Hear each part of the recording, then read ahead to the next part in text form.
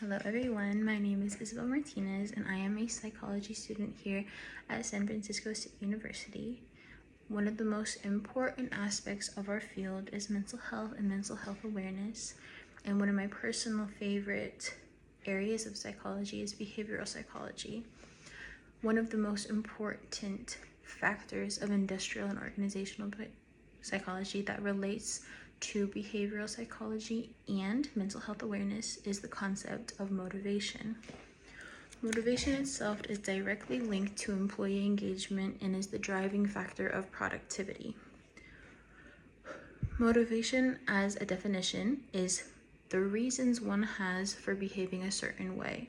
In relation to industrial and organizational psychology, it is the drive to achieve one's goals.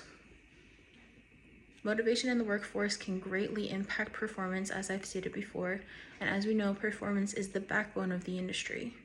In a study titled Work Motivations, the Roles of Individual Needs and Social Conditions, it was found that the results were incredibly consistent within multiple studies, that if individuals live in a society with greater humane orientation and in-group collectivism, political participation, and humane orientation moderate, the productivity goes up because motivation stays consistent highly.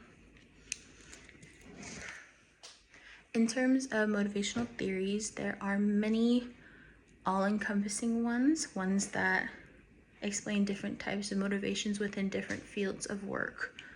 For example, there is the reinforcement theory, the equity theory, and job enrichment concept. For example, reinforcement theory could really greatly apply to my position, specifically as a beauty advisor in Ulta Beauty. A part of our job is selling, of course. So when brands come in, they bring items called gratis for employees, where if you sell maybe $100 worth of stuff, you get an item back. This is used in order to drive sales, drive productivity, drive numbers. That is a really good example of reinforcement theory, because reinforcement theory is a theory that states intermittent rewards greatly exceeds productivity. For example, the equity theory, on the other hand, reminds me more of a traditional office space in which you have a few different individuals doing relatively the same job. If you have one individual doing more work than another individual, but they're making the same pay, this motivation in the individual who does more work goes down, while not even increasing the motivation in the other one because they're getting the same pay.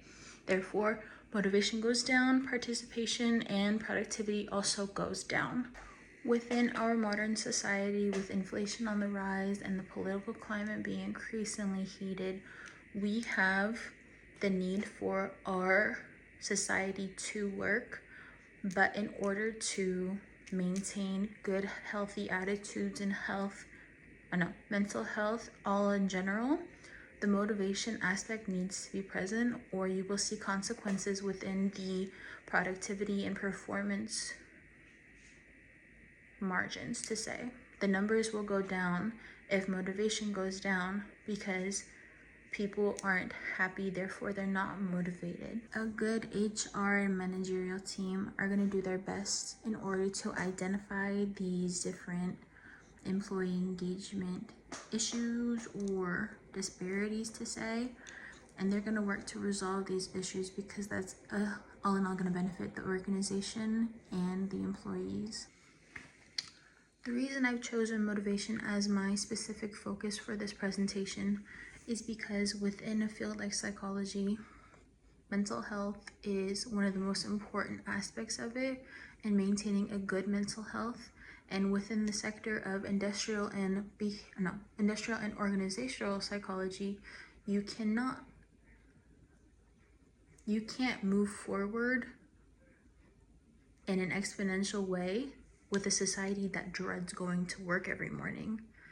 The aspect of motivation and its relation to productivity is so important, because if you have a motivated society, you have that reflected in their work. Therefore, you have a better functioning society as a whole.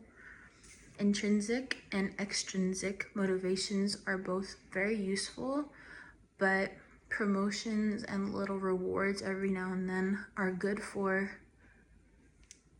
short-term happiness. Giving people intrinsic motivations gives people a purpose, which I think is one of the most important aspects of organizational psychology, because when you have purpose within your role, you have a better functioning organization as a whole. Thank you for listening to my presentation. This is the end.